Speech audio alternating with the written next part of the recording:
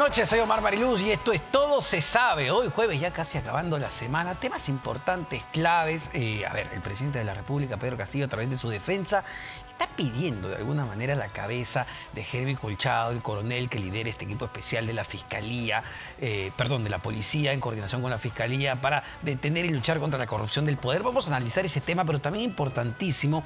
Hoy se realizó un Consejo de Ministros extraordinario, porque ayer hubo la toma de 3 nuevos miembros del gabinete. Entonces había temas claves, importantes, trascendentes que evaluar, que discutir y que aprobar.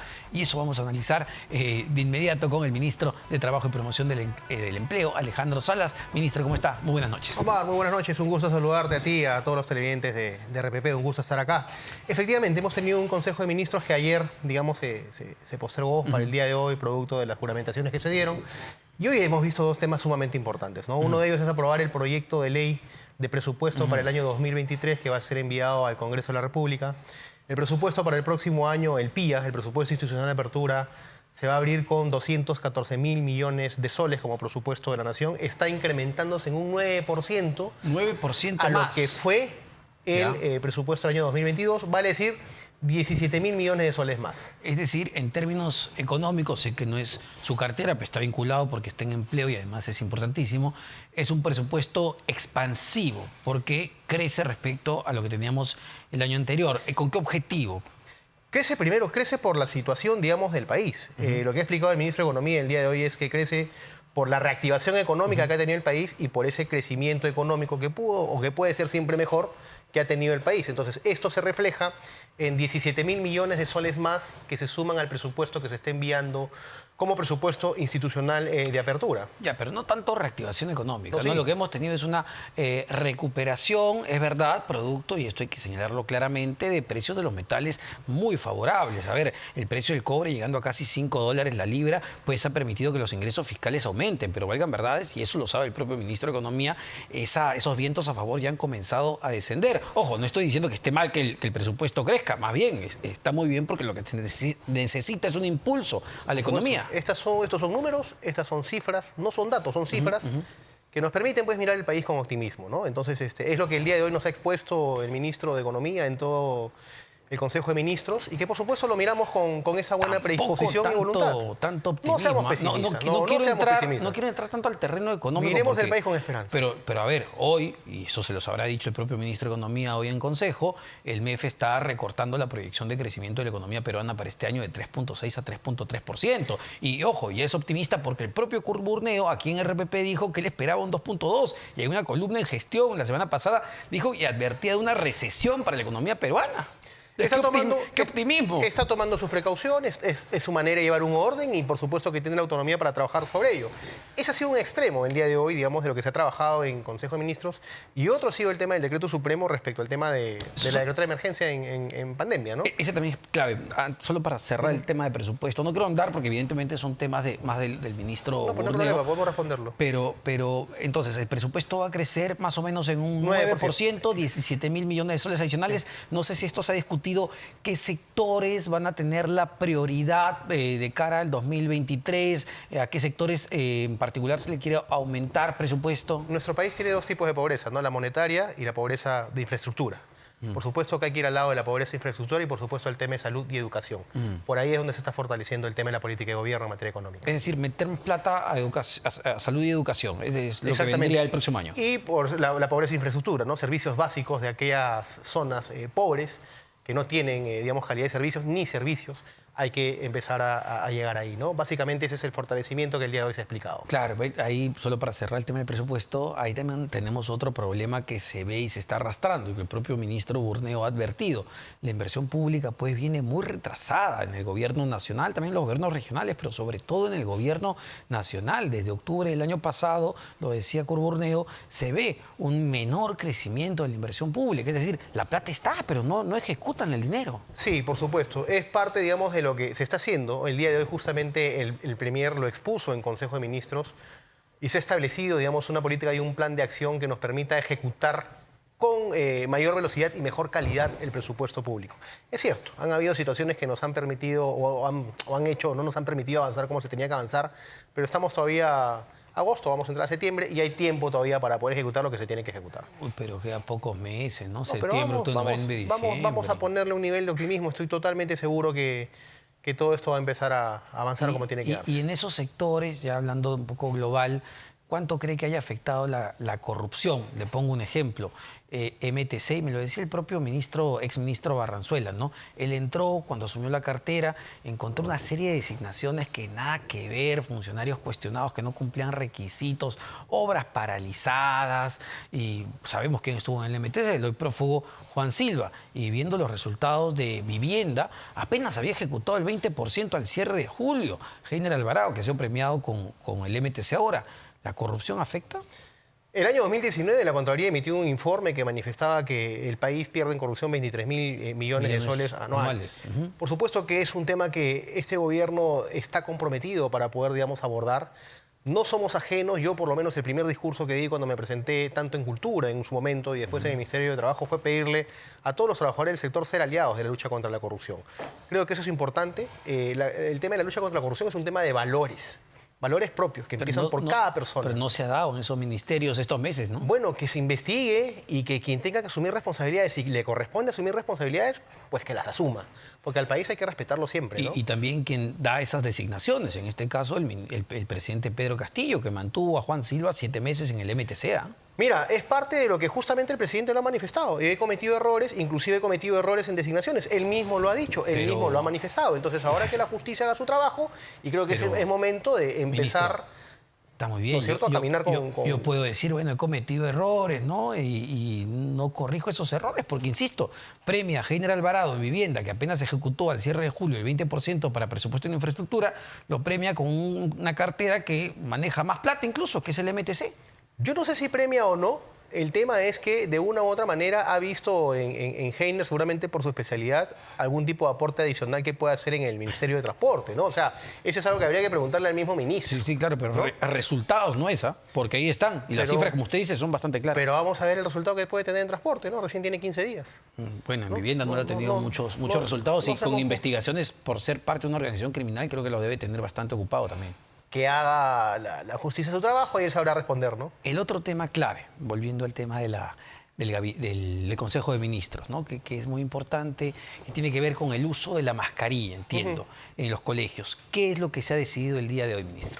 Mira, el ministro de Salud expuso muy claramente el tema y él lo expuso en posición de, digamos que el tema de la mascarilla ya a nivel internacional en algunos lados, en los centros educativos estaba, digamos, dando la opción, era opcional el uso de la mascarilla en los educandos.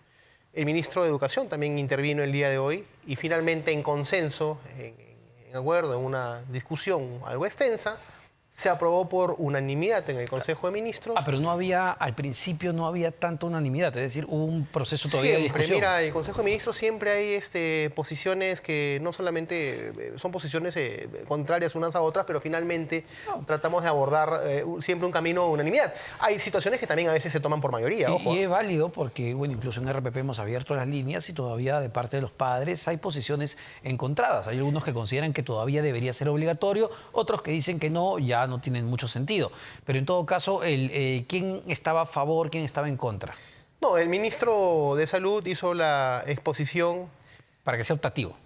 No, manifestando que ya, digamos, la cuarta ola hemos empezado a descender y que era importante llegar al 5% del descenso para en ese momento y que estaríamos llegando en una semana y media al 5% del nivel de contagio. Es decir, no estaba en contra, pero decía todavía no. Quería esperar una semana y media, ¿no? Entonces, el ministro de Educación, tomando algún tipo de análisis comparado con otros países, se acordó que el tema de los alumnos va a ser opcional, pero sí los profesores obligatoriamente tienen que usar mascarilla, porque son más proclives a un contagio con mayor severidad, si es que llegan a tener el virus que un niño que normalmente no le pasa mucho, no tiene mucho efecto, ¿no? Y entonces, ¿esto desde cuándo rige, ministro? desde que se publique la norma en el peruano. El día de hoy ha sido aprobado el decreto supremo y ni bien salga publicado, de pronto sale publicado mañana o en una edición extraordinaria mañana por la tarde, ¿no? Es decir, en el peor de los casos, desde el día lunes, los estudiantes ya, o los padres, decidirían si sus hijos van o no con mascarilla al colegio. Sí, yo creo que el decreto supremo tendría que estar publicado, estamos el día de hoy, jueves, sí, debe estar publicado entre hoy o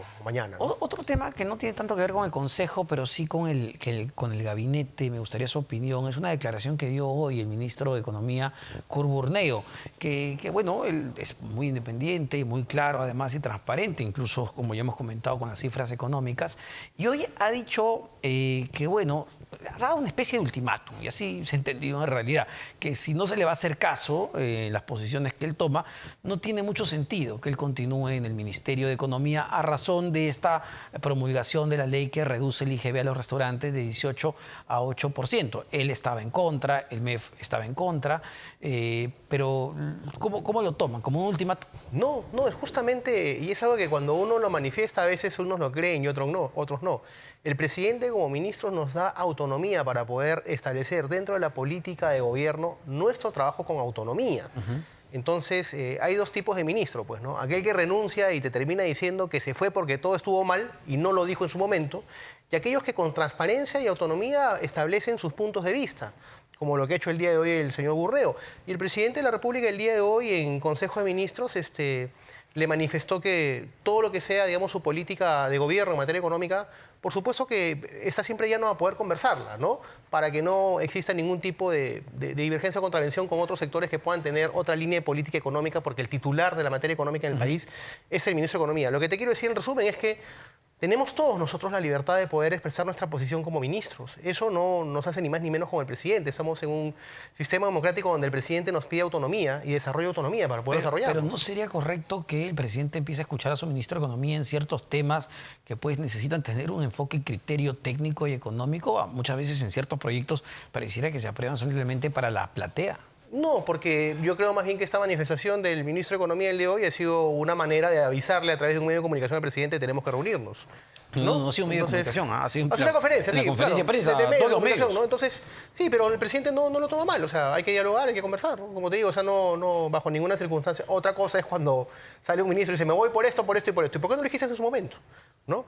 Esas son las dos diferencias, ¿no? Este es un tema que, por supuesto, evidencia pues, transparencia y autonomía en el manejo de los ministerios, ¿no? Y justo, le preguntaron sobre esto a Kurt Burneo, y esto sí ya tiene que ver directamente con su sector, la ley de tercerización, ¿no? Él dijo, mira, yo no he sentado en ninguna posición, tendría que evaluarlo aún más, pero quienes sí han sentado posición y han sido muy críticos son, a ver, los empresarios representados en el Consejo Nacional del Trabajo, Indecopi, que ya sacó, entiendo, no sé si llamarlo, una resolución, ¿no? Declarándolo barrera burocrática. Nuevamente, no es una ley que más busca el aplauso, pero que puede tener consecuencias muy serias. Mira, para poder aterrizar el tema, la ley de tercerización, que es la ley 29.245, existe ya hace muchos años. Así es. ¿Ok? Claro. Lo que ha hecho este gobierno es reglamentarla, sacar el Decreto Supremo 001-2022. ¿Qué te dice la ley? La ley te dice que tú no puedes tercerizar actividades que forman parte del contexto global del desarrollo empresarial. El término de la exacto actividad principal. me parece que es del núcleo, sí, claro. de la actividad. La actividad principal. Pero ahí entra No puede la ser parte. discusión, porque para allá, digamos, muchos analistas, empresas, el propio Indecopi, ¿qué definimos como el núcleo de la actividad principal? Ese es el tema que queda a la subjetividad. Justamente lo que hace este decreto supremo es desarrollar la materia en virtud a qué? En virtud a lo que establece la OIT, en virtud a lo que establece los tratados internacionales en materia económico, en materia económica, cultural y laboral, y todo lo que involucra el pacto o el protocolo de San Salvador en materia económica. Otra situación son los lineamientos que nos da la OCDE para poder aspirar, ¿no es cierto?, a ser un país dentro del marco de desarrollo. ¿Qué cosa? Establecer lineamientos claros respecto de la condición de nuestros trabajadores. Porque usted lo sabe, la propia Sedapal, empresa pública, junto a otras 10 empresas, ha presentado esta acción popular, entiendo, ante el Ministerio de Trabajo, y entiendo, por informes internos de la propia Sedapal, aplicar esta norma implicaría que tengan que contratar a 9.000 trabajadores que en estos momentos son pues tercerizados a través de proveedores, lo que representaría un costo de cerca de 500 millones de soles al año, y que para poder cumplirlo tendrían que subir la tarifa un 24%. No solamente eso, sino que Sedapal ha presentado una acción popular contra el decreto supremo. Eso, claro. Yo como ministro de Trabajo les he enviado un oficio, no solamente manifestando el malestar, sino que reconsideren la posición. Sí, Igual una situación, por ejemplo, con independencia y autonomía que resuelve el Indecopi. Sacan una resolución dentro de su autonomía, está bien. Pero no puedes considerar barrera burocrática temas vinculados a derechos laborales. Ya, o sea, creo que hay un error grave. ¿Cómo ¿no? van a hacer entonces para que Sedapal pueda implementarlo? Porque para Sedapal, en sus informes internos, dicen, si quieren que implementemos esto, tendríamos que subir la tarifa un 24% a los ciudadanos. No podemos. Esto implicaría 500 millones de soles adicionales en la caja. Mira, yo creo, y te lo digo, Omar, que la dignidad del trabajo y de los trabajadores, yo creo que es algo que tenemos que empezar a abordarlo. Sí, eso no Más termina allá siendo de un las discurso preguntas, populista. no, ¿Sabes por qué? No. Porque, a ver, y le pongo un ejemplo clarísimo. ¿Qué pasó también con esta ley para formalizar o equiparar los derechos laborales de las empleadas y empleados del hogar? Se aplaudió, se celebró, pero en la práctica lo que hizo, según las propias trabajadoras del hogar, es aumentar la informalidad en el sector, que llega al 98%. Es decir, muy bonito en papel, pero cuando llega a la realidad lo que genera es más informalidad. Yo no lo veo así. Depende cómo se mira el contexto. Más bien te podría decir, nos estamos acostumbrando a tener un país que vive en la informalidad en materia laboral. Y cuando queremos formalizar la materia laboral y cuando queremos decir que los trabajadores tengan derechos, no solamente una remuneración digna, sino derecho a la salud, derecho a una jubilación, pues decimos no, va a generar desempleo, porque si tú me dices que yo hago eso, lo voto.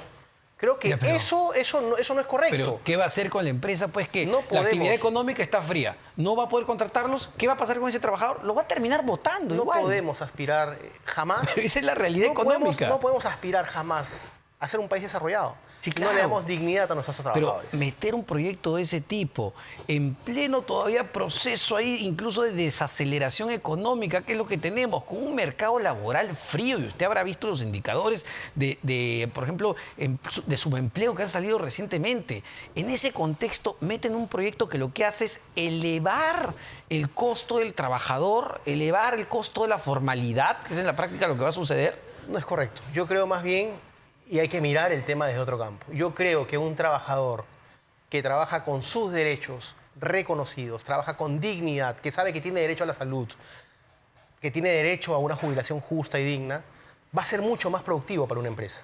Se están mirando los temas en otro contexto y de otra mirada.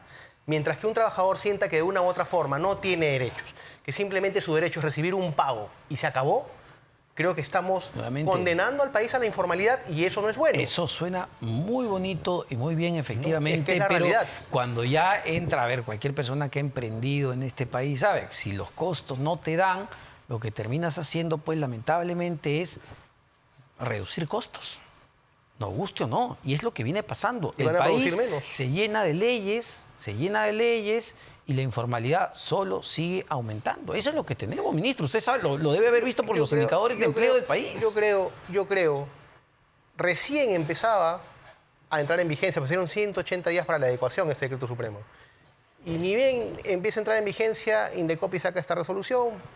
Han presentado más de 200 acciones contra el decreto supremo. Nosotros estamos fortaleciendo la Procuraduría porque es política de gobierno el tema de devolverle la dignidad a los trabajadores del país. Y por supuesto que vamos a hacer todo lo posible para poder dar a entender y hacer entender que cuando se trata de los derechos laborales no existen barreras burocráticas ni limitaciones. Son palabras muy bonitas. No son palabras bonitas, son realidades. Tenemos que devolverle la dignidad al trabajador peruano. Con un país, insisto, con 75% de informalidad, eso parece muy, pero muy complicado. Pero bueno, vamos, a ver, solo para cerrar este tema. Lo que han advertido las empresas representadas en el Consejo Nacional de Trabajo, primero han criticado que ni siquiera se les haya consultado, que esto haya sido sacado al caballazo, con un decreto, no haya pasado por el Congreso de la República. Y lo que advierten es que podría generar el despido de cerca de 200.000 trabajadores. Mira, en realidad no tuvo que haber pasado por el Congreso de la República, pues es un decreto supremo, un reglamento que prueba, digamos, un reglamento de una ley. Los abogados y analistas dicen que eso está cambiando la ley. Ese es un criterio, esa es una posición. Un decreto supremo siempre reglamenta una ley y es el reglamento de la 29245. Más bien, ellos pudieron... Pero usted sabe muy bien como abogado que el reglamento no puede ir sobre la ley. Yo hago una pregunta a la contraparte. Desde la vigencia de la ley 29245, ¿qué se hizo para intentar, digamos, desarrollarla? Decir, esta norma tiene que precisarse mejor para que no traiga problemas. Se dejó ahí mientras que la tercerización se empezó a desnaturalizar. había que poner un orden y salió el decreto supremo. Entonces, estamos sobre la base de eso y por supuesto que, como te vuelvo a manifestar, vamos a fortalecer nuestra Procuraduría y vamos a dar defensa a este decreto supremo. Vamos a otro tema político ya, que tienen que ver con el presidente de la República, porque también quería saber su impresión. A ver, el presidente está en medio de una investigación y su círculo cercano también. Mañana se va a ver el caso nada menos que de su cuñada y hija de Cariño, ¿no? Jennifer Paredes, y de su amigo, el alcalde de Anguía, que es indicado por Bruno Pacheco como su cajero. En ese contexto, la defensa del presidente decide presentar, digamos, una acción ante inspectoría para que le echen a Herbie Colchado, quien dirige este equipo. Nuevamente, y se lo pregunto ya como abogado, ¿no alimenta pues la tesis de la Fiscalía? Hombre, el fiscal estos días ha estado diciendo esto es una organización criminal que busca obstruir y por eso necesitamos meterlos a prisión preventiva y sale una acción de este tipo.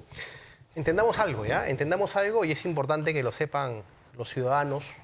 La labor de la Fiscalía es una labor de acusar. La Fiscalía establece hipótesis, establece historias que va desarrollando y tiene que probarlas. Por supuesto que contra eso hay una contraparte, o sobre eso hay una contraparte que también rebate estas situaciones. Entonces, bajo esa premisa, se escucha solamente a la Fiscalía. Hay que escuchar también a la defensa técnica. Hay que ver qué es lo que manifiesta la defensa técnica. Claro. Ahora, al doctor Benji Espinosa lo hemos invitado. Esta semana hemos conversado con él. Ahora, me refiero a un contexto general. Ahora, si el presidente presenta una acción porque no deja de ser ciudadano, porque ha sentido que sus derechos han sido vulnerados, pues está justamente en eso, en todo su derecho a hacerlo. Si considera que un policía ha intervenido mal y ha sobrepasado sus facultades, ya ha sobrepasado la autoridad sobre la cual está investido, eso se llama abuso de autoridad, tiene todo el derecho de denunciar y de poner eso sobre escrito.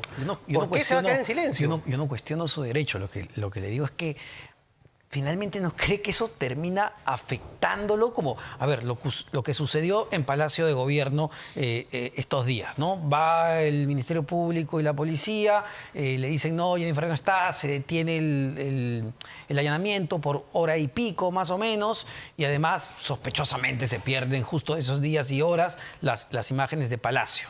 Bueno, todo eso está siendo usado por el fiscal justamente para decirle al juez, mire, así opera la organización criminal. Hay que meter presa a esta señorita por si acaso.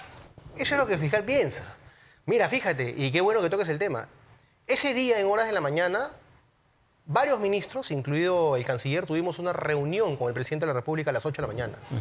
La reunión se corta porque el canciller tenía que dar su mensaje de entrega de cargo con el canciller Landa que salía a las 11:30.